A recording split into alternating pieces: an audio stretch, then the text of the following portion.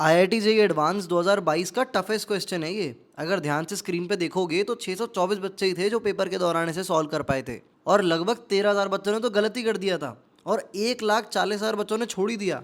अब जिन बच्चों ने इस सवाल को छोड़ा है उनकी हालत में बहुत से समझ सकता हूँ, बिकॉज सवाल की शक्ल ही देखने में ऐसी है। इतना सारा डेटा दे रखा है, इतना गंदा फिगर बनेगा कि पेपर के दौरान इसे ऑन टाइम सॉल्व करना is quite a challenging task. But still सवाल का सोल्यूशन इतना लेंदी या कॉम्प्लिकेटेड नहीं है। कुछ प्रॉपर्टीज़ हैं जो हमें याद हो और सही टाइम पे उन्हें सही तरह से अपन प्रिडिक्ट कर लें तो डेफिनेटली इसको सॉल्व किया जा सकता है। अगर तुम इस सवाल को 15 से 20 मिनट में सॉल्व कर लेते हो तो ये बहुत ही अच्छी बात है, और अगर 30-40 मिनट में ही सॉल्व कर पाते हो तो भी अच्छी बात है, एटलीस्ट तुमने सॉल्व तो किया। और अगर 7-8 मिनट के अंदर कर लेते हो तो तुम हो भाई प्रोडिजी प्लस प्लस। तो वीडियो को पॉज करो और इस सवाल को फेयर ट्राई दो, मैंने स्क्रीन पे कर दिया है फ्लैश।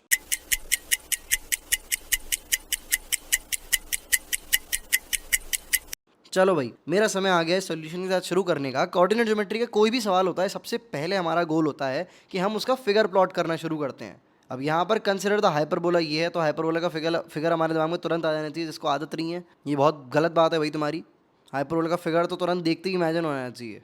तो ये मैंने बनाया अपना छोटा सा कोऑर्डिनेट सिस्टम, और ये मेरा हाइपरबोला। अब आगे की बातें पढ़ना शुरू करते हैं और एक एक करके फिगर प्लॉट करेंगे। फिगर बहुत गंदा बनने वाला है, इसलिए अपनी कुर्सी की पेटी कसकर बांध देना। जितना टाइम इसको सॉल्व करने में नहीं लगेगा उससे ज़्यादा टाइम इसका फिगर बनाने में लग जाएगा। That's the fun part about the question. तो यहाँ पर बड़े ध्यान से ऑब्जर्व करना। पहली लाइन पढ़ते हैं। इसकी हमारी दो फोकाएँ हैं, एक एस है और एक S1 है। Where S lies on the positive x axis. तो फोकाई को लेबल कर देते हैं भाई। ये भाई साहब हमारे एस हैं और ये भाई साहब हमारे होने वाले हैं S1। Let P be the point on the hyperbola in the first quadrant. ठीक है भाई, कोई रैंडम पॉइंट P मैंने लिया पकड़। यहाँ पर थोड़ा सा फिगर इसका सही बना देता हूँ। तो यहाँ पर पैराबोला सॉरी हाइपरबोला में मैंने एक रैंडम पॉइंट P यहाँ पर पकड़ लिया है। आगे के पॉइंट पे बढ़ते हैं। तो यहाँ पर SP S1 एंगल जो है वो अल्फ़ा है, तो भाई SPS एंगल बनाते हैं भाई। तो ये हमारा देखने में कुछ ऐसा हो जाएगा। तो ये हमारा SPS है और इसके बीच का जो एंगल है पूरा का पूरा वो हमारा ये अल्फ़ा हो जाएगा। अब यहाँ पर आगे बोल रहा है कि ये अल्फ़ा आपका π/2 से कम है। ठीक है भाई, आगे की बात कहती है the straight line passing through the point S and having the same slope as that of the tangent at P। ओ भाई साहब, ये क्या बोल दिया इसने, दोबारा धीरे से पढ़ते हैं। The straight line passing through S, ठीक है। तो एक स्ट्रेट लाइन है जो इस S भाई साहब से पास कर रही है, और इसका जो स्लोप है वो बराबर है टेंजेंट के स्लोप पे जो कि आप P पॉइंट पे खींचोगे। तो ठीक है, P पॉइंट पे एक बार टेंजेंट खींच देते हैं भाई। मुझे अलग कलर के पेन इस्तेमाल करने पड़ेंगे, बहुत बसाड़ मच चुकी है। तो यहाँ पर P पर मैंने एक अपनी छोटी सी प्यारी सी टेंजेंट खींची। तो S से एक आपको लाइन पास करानी है जिसका स्लोप जो है वो पिंक वाली लाइन के बराबर ही है। तो ये मैंने इस तरह से इसको बना दिया।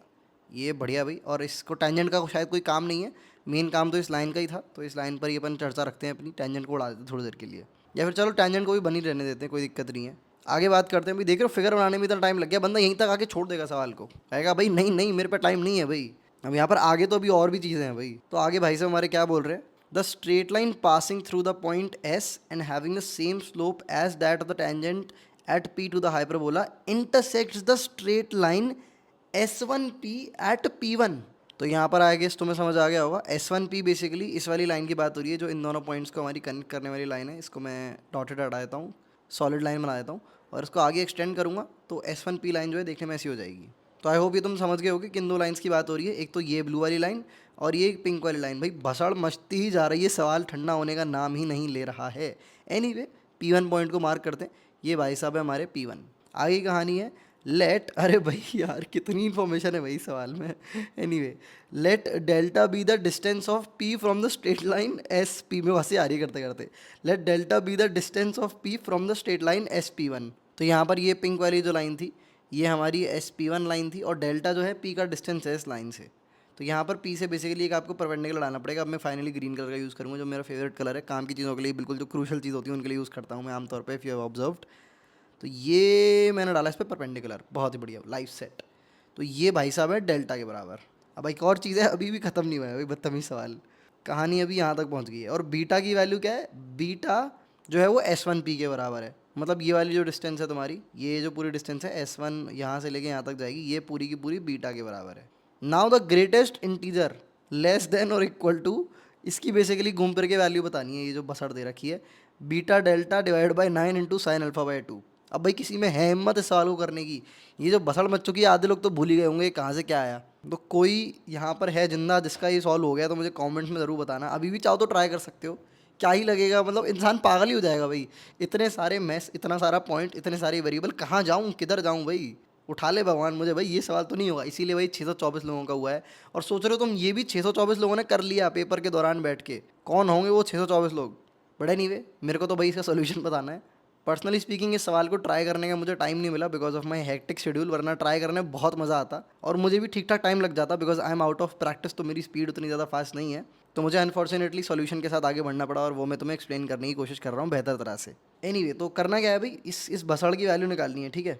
Beta multiplied by delta divide by 9 multiplied by sine of alpha bye 2। अब या तो देखो कोई बंदा इसमें ये कर सकता है कि वो डायरेक्ट सारी वैल्यूज़ ले ले और उसके थ्रू सॉल्व कर ले और कुछ तो अप्रॉक्स वैल्यू निकालने की कोशिश करे। मे भी कुछ लोगों ने ऐसे किया होगा, आ गया होगा, उनको भी रैंडम पॉइंट पकड़ लिया होगा, कन्वीनियंट पॉइंट, मे भी इस तरह से आ जाए। बट ऑब्वियसली हम जनरल अप्रोच से इसको सॉल्व करने की कोशिश करेंगे। तो यार सबसे पहली प्रॉपर्टी जो हमारी यूज़ हो रही है वो बहुत सटल सी प्रॉपर्टी है, इवन दो कॉमनली यूज है, थोड़ी सी कॉमनली यूज्ड है, बट हाइपरबोला के एनीवे सवाल ही प्रैक्टिस कम करते हैं तो हो सकता है कोई यूज टू ना हो इसके। तो यहाँ पर बड़े ध्यान से देखना, ये मैंने बनाया अपना लाइन और ये मैंने बनाया अपना हाइपरबोला। तो ये बेसिकली हाइपरबोला का एक कोई भी रैंडम पॉइंट है, ये एक फोकस है और दूसरा फोकस ये है, ठीक है। मान लो हाइपरबोला दूसरा जो ब्रांच है उसकी ऐसी है देखने में। तो बेसिकली अब इस पॉइंट पे, जिस पॉइंट से मैंने दोनों फोकसेस को कनेक्ट किया है, उस पर अगर टेंजेंट खींचूंगा तो ये जो टेंजेंट है ये इस पर्टिकुलर एंगल को बेसिकली अपना बाइसेक्ट करती है, ठीक है। Property number 1। तो यहाँ पर ये जो एंगल है अल्फा बाई टू ऐसे डिस्ट्रीब्यूट हो जाएंगे। अब ये कोई कैसे सोच सकता था, ये ऐसे सोच सकता था कि यार देख भाई साइन अल्फा बाई 2 तू कैसे लाएगा, तभी ला पाएगा ना अल्फा बाई 2, और किसी ट्राइंगल को तुझे कंसिडर करना पड़ेगा तो वो यहीं से आएगा, समझ रहे हो।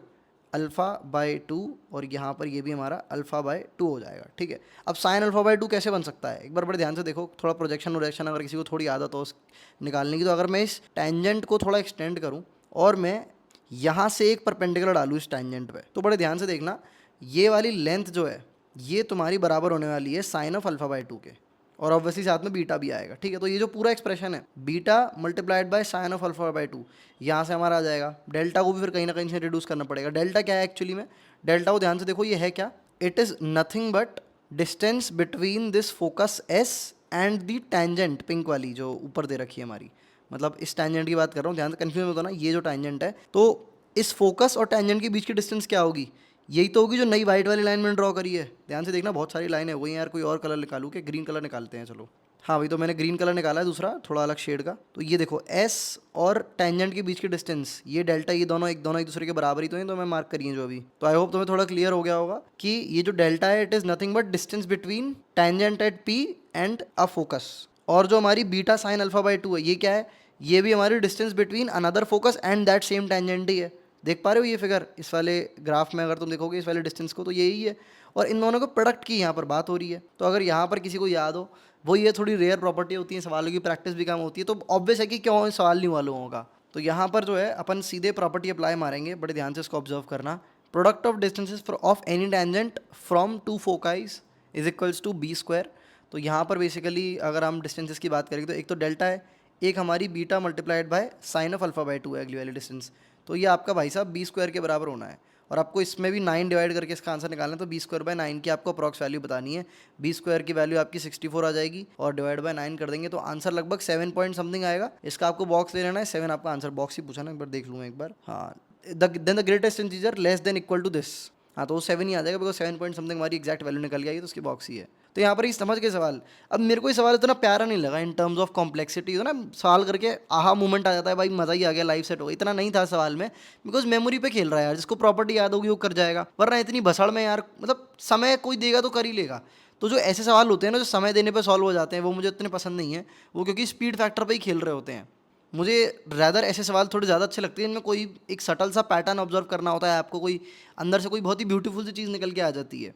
तो ठीक था, मेमोरी बेस्ड थोड़ा मेरे को लगा, प्रॉपर्टी जिसको याद होगी। बट हाँ, एक चीज़ है कि इतने मैथ्स के बीच में, मतलब प्रॉपर्टी याद होने के बाद भी थोड़ा चैलेंजिंग ये चीज़ हो सकती है कि इतने मैथ्स के बीच में तुम्हें आइडेंटिफाई करना है कि तुम्हारे काम की चीज़ क्या है।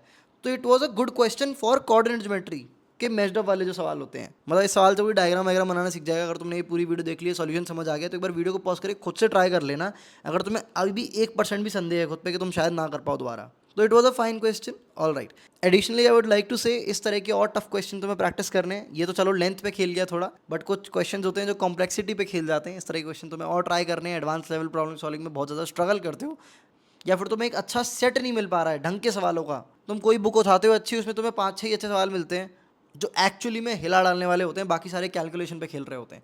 इन that case if you are really struggling with advance level problem solving, you should enroll in a course set of 60, जिसकी डिटेल्स वगैरह तुम्हें डिस्क्रिप्शन में मिल जाएंगी। ठीक है, that's all for this one. I hope इस वीडियो से कुछ ना कुछ तो यार तुम्हें सीखने को मिला होगा। काफ़ी मज़ेदार थी, मुझे भी काफ़ी अच्छा, मतलब अवेयरनेस बढ़ती है एडवांस को लेके, कितने लोग कितने साल कर पाते हैं, सो थोड़ा आइडिया लगता है, खुद का हो जाता है तो कॉन्फिडेंस नेक्स्ट लेवल पर बूस्ट हो जाता है। और जिसको समझ भी आ गया उसको भी मैं अप्रिशिएट करूँगा, इसने पूरे इन्वॉल्वमेंट के साथ वीडियो देखी है भाई। ये प्रॉपर्टीज़ हैं दो, कभी मत भूलना, एक तो वो टैंजेंट वाली थी, इक्वल एंगल से डिवाइड कर रहा है, दूसरी प्रॉपर्टी थी अपनी छोटी सी कि टैंजेंट पर अगर डिस्टेंस डालेंगे तो 20 स्क्वायर के बराबर होगी। चलो that's all for this one guys, see you in the अगली वीडियो।